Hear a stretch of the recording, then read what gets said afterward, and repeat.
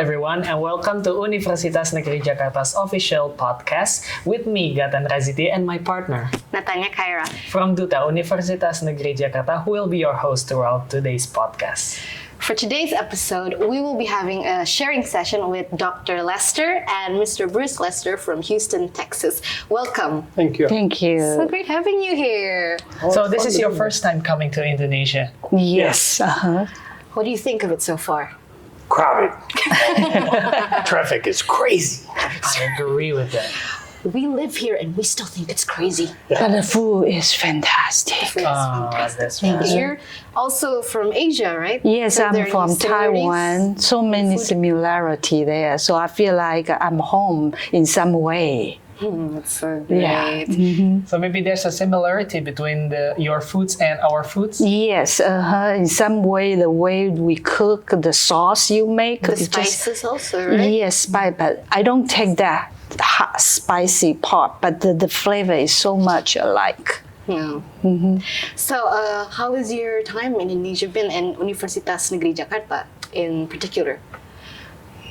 Interesting. We've seen a lot of stuff we never saw. Like, I keep going back to traffic, but to me, that's an entertaining thing. Every time we get in the car to watch how many scooters come by and how many people honk their horns all the time and how crowded it gets. And just, it's amazing there's not wrecks. People just turning in and out between each other. It's They're used to it already. fascinating, that part. Yeah. And then we played some pickleball yesterday, and we have enjoyed, going back and forth to the university and conversing with all the students there. That's been really interesting. Okay, well, maybe talking about university, both of you are from a science major, and is there any reason why you both choose science as your major? Since I was a little girl, I always got fascinated about science. I wanted to be a female engineer. So I studied with a civil engineer. And then from there, become learning computer science. And I want to go to industry to design, to update with the technology, what we can do to benefit our society. So science is always my love. Your number one love? Love of your life? Yes. Oh, sorry, science. I love it always. That is so on point, so romantic. So it's a love story with science. What about you, Mr. Lester? That's disappointing. Okay, so when I was getting out of college, out of high school, I thought I would be a veterinarian. And I went to school to become a veterinarian. Okay. But I found out I didn't fit in. I had long hair and puka shell necklace. And I was a surfer. And swimmer and kind of the, OP, I don't know if that means any, Ocean Pacific brand shorts and flip-flops. And at the campus I went to at Texas A&M University, everybody was walking around in Wrangler blue jeans like I'm wearing now, wearing cowboy boots and cowboy shirts and cowboy hats and straws in their mouth. And they're all saying, I reckon, and y'all, and howdy. I just didn't fit in. So I had to find a way to fit in. So I always loved science. I loved biology when I was in high school. And I knew I wanted to become a swim coach. And in order to become a swim coach, I had to have a major that I could teach so that I could get a job. And biology is the one I settled on because I thought this will be the most interesting to me. Plus, it'll be useful in nutrition and rest and getting better fit with coaching swimming. So Has many purposes, biology. Okay, while we're still on the topic of biology, Mr. Lester, this question is specifically for you. How is the science teaching in the U.S.? How do they teach their students? Is it in a fun way, in a serious way? How do they make the classes enjoyable for the students? I'm kind of old now. So when I first got out of college in 1983, I started teaching. Yeah. 1983. We haven't even existed then. No. My mother was still in elementary. I know. I'm 64. That's almost 40 years ago in 1983. Yeah. But when I first got out of college then, you were given minimal resources like a textbook. Here you need to teach this. And you had to be creative. And then gradually you learned from your co-teachers what lab facilities they had and what films they had available. And there was no YouTube, no internet, so you couldn't go on there and call up a clip. Oh, let me see something on photosynthesis and bring it into class. No, they had to find out. Oh, they have a reel film. Here it is. Yeah, or I could order one to come in 2 weeks that I can show, but I've never seen it, so I won't know what I'm doing. So you pretty much had to just make up things and bring them in. There weren't even computers yet, not personal computers. So you Big were ones, typing right? things, and there were big ones in places, but there weren't ones that you had access to readily. But it was only about 3 years later when they were. And so it was quite an experience, but actually it was more creative and inventing and enjoyable in those first few years. Then it became more of a structured thing. You will teach this on Monday to every single class, and so will this teacher and this teacher and this teacher, and the fun went out of it, kind of. Yeah, so it was more like learning by doing. Become a science teacher for 40 years. 41 years. 41 years of becoming a teacher. Do you have any biggest challenge that you have faced as a science teacher? For every teacher, the same. Student discipline in the classroom. Yeah. And especially now with cell phones. They're constantly on the cell phone, hiding from you, trying to do something, talking to each other. They do that here too. Yeah. Yes. We should know that. That is the biggest problem, and there's no answer yet. You never tried confiscating their phones? Yes, actually we did. I mean, we did it in a nice way. We hung shoe bags on the back of the door, like you would put in your closet and put all your shoes in.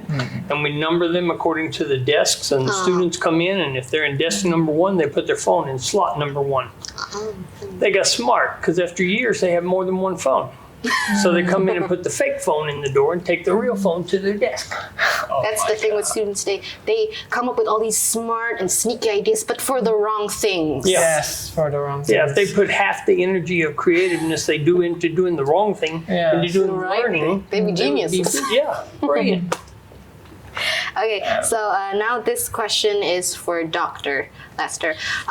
Sam Houston University, are there any type of scholarships that can be offered for Indonesian students? And what are the requirements needed?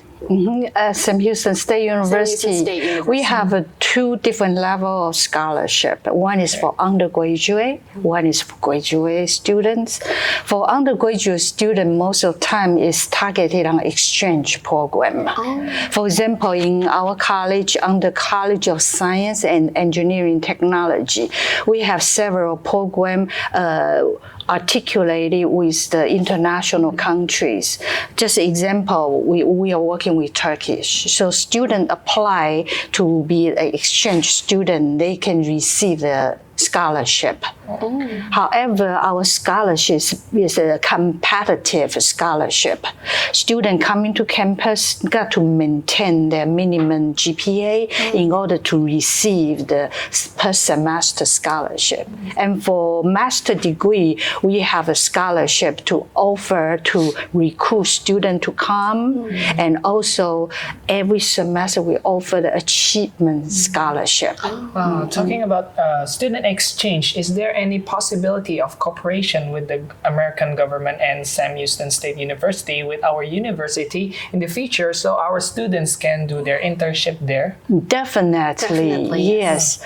Currently, we are working with other countries like India, Costa Rica, and we have different programs available because our university really try to promote global engagement. So as many countries and universities are willing to work together, we are welcoming more students to come to Huntsville, Texas. That's where Sam Houston State University located. So you're very open to all countries, all universities, no matter where they come from, no matter which part of the world. Exactly. As long as students would like to come to learn about American culture, to learn to become the subject experts in their area, we welcome them to come.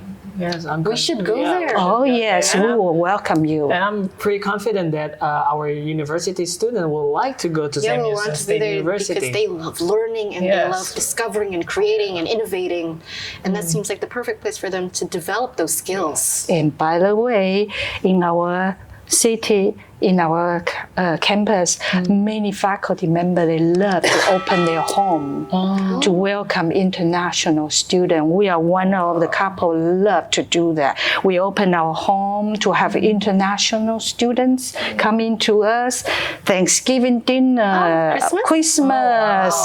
Yes. Even have had them live with us. Yeah. It's very supportive. Also very friendly Yes, and very open. supportive, friendly. Yes. Just like Indonesian people here, very friendly. Yeah, everywhere they go, they keep smiling to Yes. each other. You know, when they meet someone, have to offer them food. have to feed them always. We Even experience though they're that. strangers, they still Yeah, we offer people smiling. everyone food. And maybe this question, our next question is for both of you. And maybe you have become a science teacher for many years, both of you. And is there any up and down during your career as a science teacher? Times when you're just headaches everywhere Yeah. and you think, I don't want to do this anymore. Yes. Yeah, we have seen so many up and down. I have been teaching for 24 years. Wow. Students come in with desire, they wanted to prepare themselves to get a job. So currently the most challenge is to arrange the internship. And most of university in the United States are trying to work with the enterprise, work with the company, so we can get the connection to prepare our students to have an internship, to taste how the real work in the real world. So up and down. Up is our program are growing because students, they will spread the word about the reputation. We have more students coming, so that is up. It's great. We keep offering quality type of programs. And down was more students come in. We have to build more buildings. We need to hire more faculty. And along with the needs from the workforce, we got to keep changing our curriculum. So up and down, good and bad. It just we constantly learn how to get it balanced. And how about you, Mr.? Well, in the public schools, it's slightly different than in the colleges and universities. But even at the university level, they experience some of this. I believe it all goes back to the home. Because if you read a book, you too actually read a book, and you find it boring, Yeah. Good stuff. you will remember very little of it, even if you force yourself to read all the way through it. There's just no passion in it. Yes. If you find it passionately interesting, you'll remember page after page. You'll even know quotes from it. Yeah. You'll reference it. You'll highlight it. You'll talk about it with people. So it's make not it your that you wallpaper. couldn't have learned it. It's that you chose not to. So you get in the schools, and it used to be parents would tell their children, the kids they're sending there, you will learn, you will study, you will do well. And it's very much like you get the two different people reading the same book. You get students in the classroom who don't care to learn. And the ones who don't care to learn are distracting to those that do. Well, by the time you get to college or university, a lot of the ones who were distracting and don't care to learn, they quit. And the other ones go on to the university, so they get the cream of the crop. Yeah. And they've got less behavioral problems interfering with the learning process. That, to me, that's the major difference between those two levels.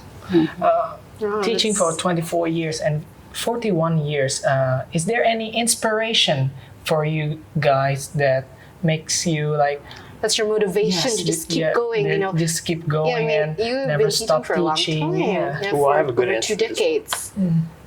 I've always said the reason I coached and that I taught was because I love feeling needed, wanted, and appreciated. Oh, And you get that from the majority of the students. well, yeah. And even the parents. They need you, they want you, they appreciate you.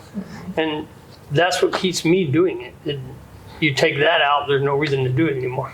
And for Sam Houston State University, the motto of the university is the major of a life is its service.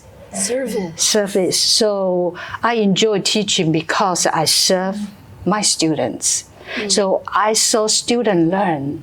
That just made me so inspired. So I am able to serve students, and that's why I love my job to keep teaching science. Okay, so over on the topic of what keeps you going, you've both been teachers for over 2 decades, and every year you must see all these new students come into your classes, and then they go and another group comes in. And they look younger every year. When you meet your students, when you meet them for the very first time, what are your hopes and your dreams for your students? What do you want them to achieve? What do you want them to become?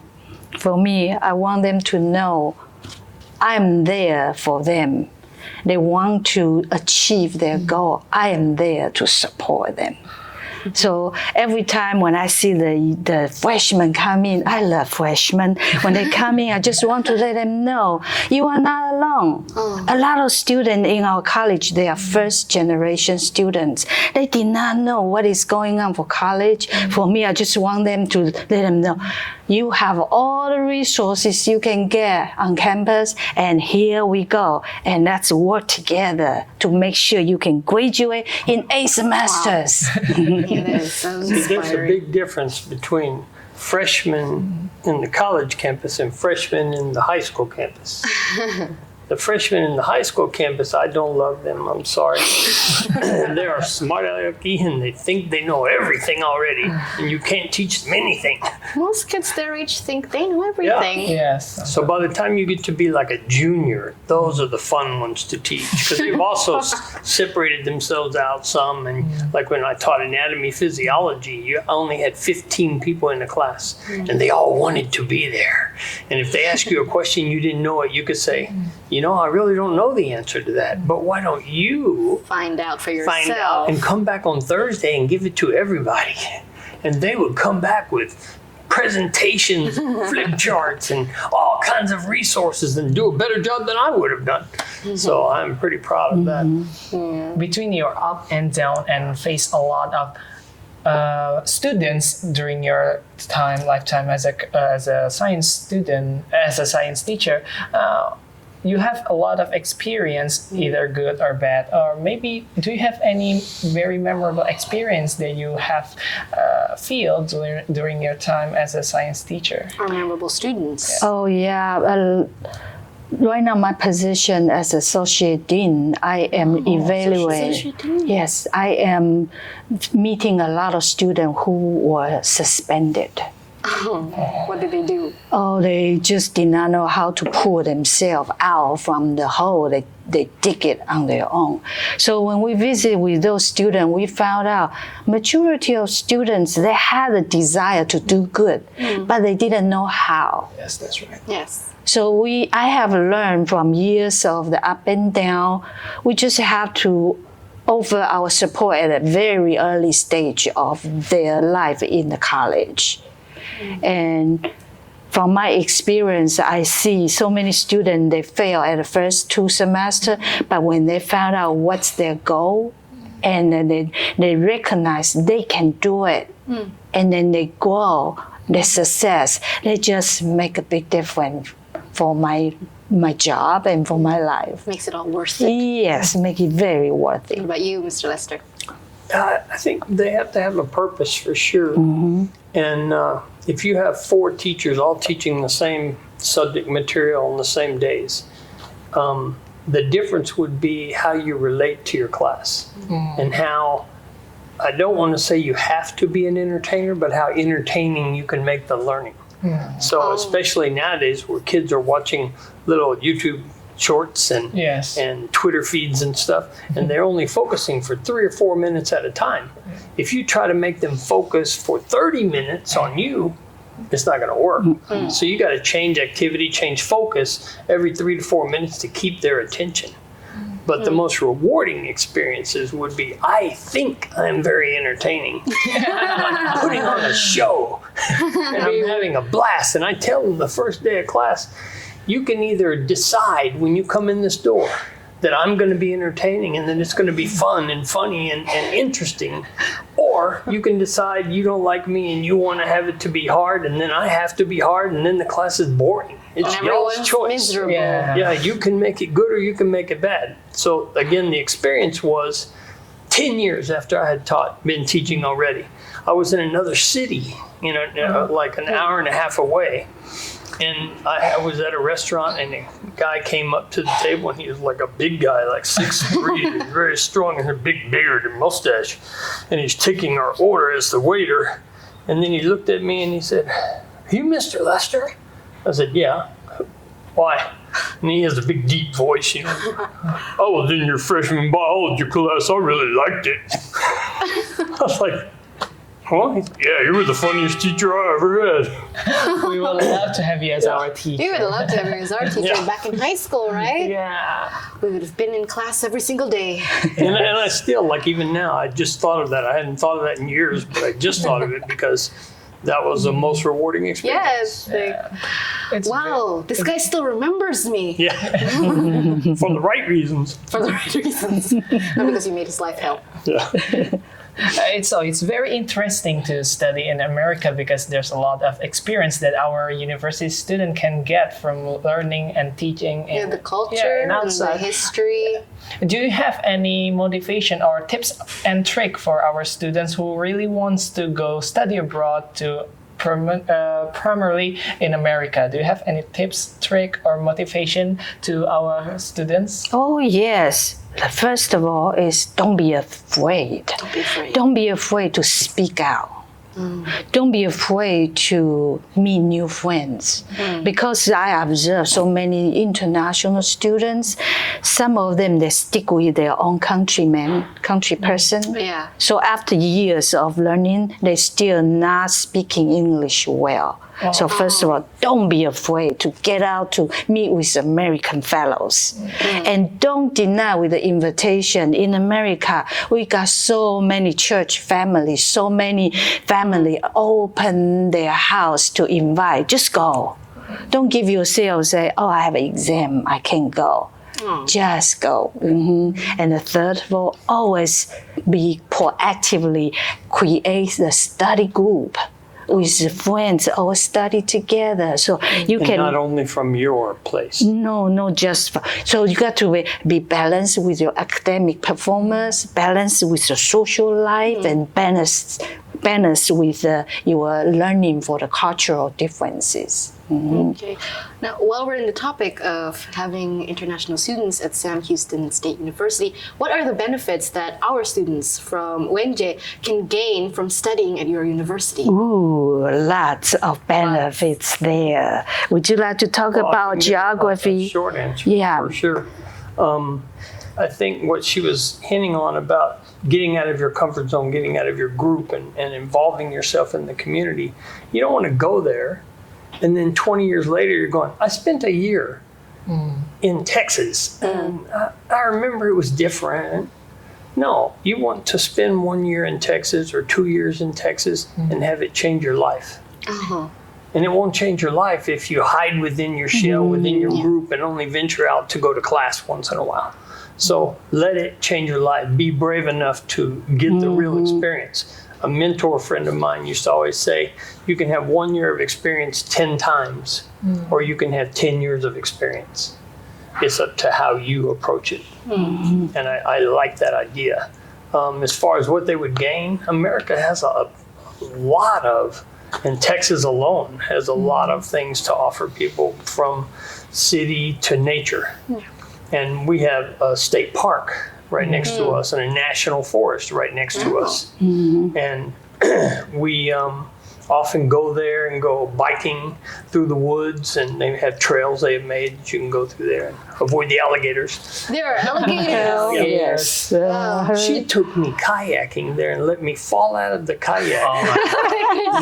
And I was just in the water like this, holding the top of the kayak out of the water, treading water, because I was a water polo player too, so I tread water really well.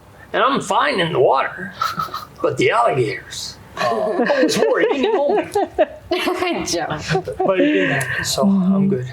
So from the state park and national park, we are close to the 3 big cities in Texas.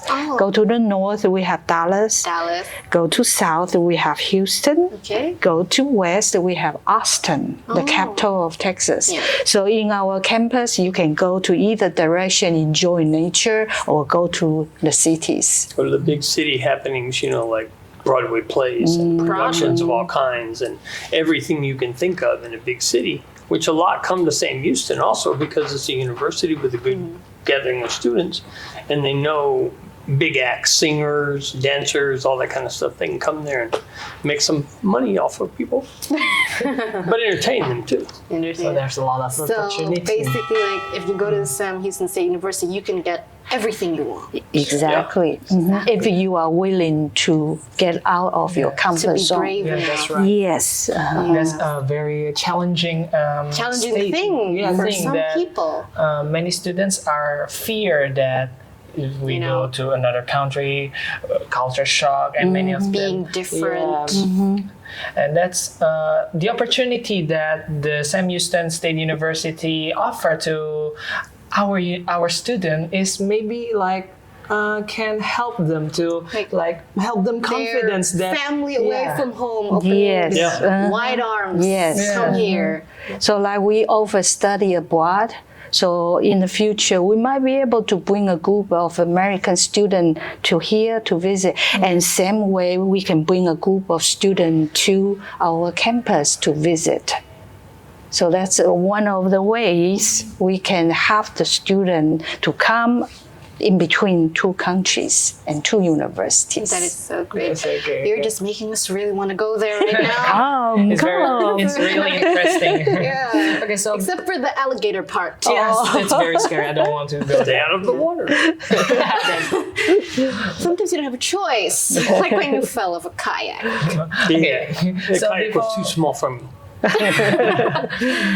So before we wrap up this podcast, maybe you have a closing statement to our university students to maybe like give a motivation or closing statement. Something that you want to say to them. Yeah. And invite A message. some Just want to motivation. welcome you to come to Sam Houston State University. And it's located in Huntsville, Texas. If you search on the Google map, you can see it's so convenient to go to everywhere. And our campus is really welcome, typical Southern, warm, welcoming type of family and Yes. community. So I cannot wait to see you come, or we can bring students down here and visit. Bigger stakes. Thanks. Hanging out with the cowboys. Texas. Rodeo.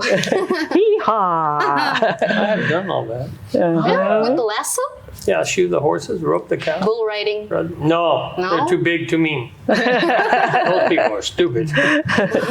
Well, it has been such an honor Yeah. having you both here and conversing with you and sharing all these things with you.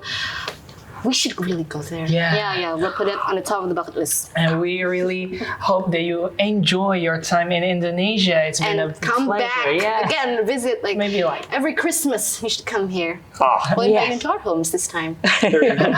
Thank you. Yeah, it's so wonderful having you here, and we have gained so much information, and I'm sure our viewers have gained so much. So, and I'm sure they are also anxious to go to Texas and come meet you also. Yes, please come. anytime. I think I know the guy. All right. So thank you to all of our viewers who have been watching. And remember to keep an eye out for any new videos from UNJ's official channel and podcast to keep you updated on educational opportunities here and abroad. I am Natanya Kaira, And I'm Gatan Razidi. who have been your host. Thank you for watching and goodbye. Bye-bye. Bye-bye.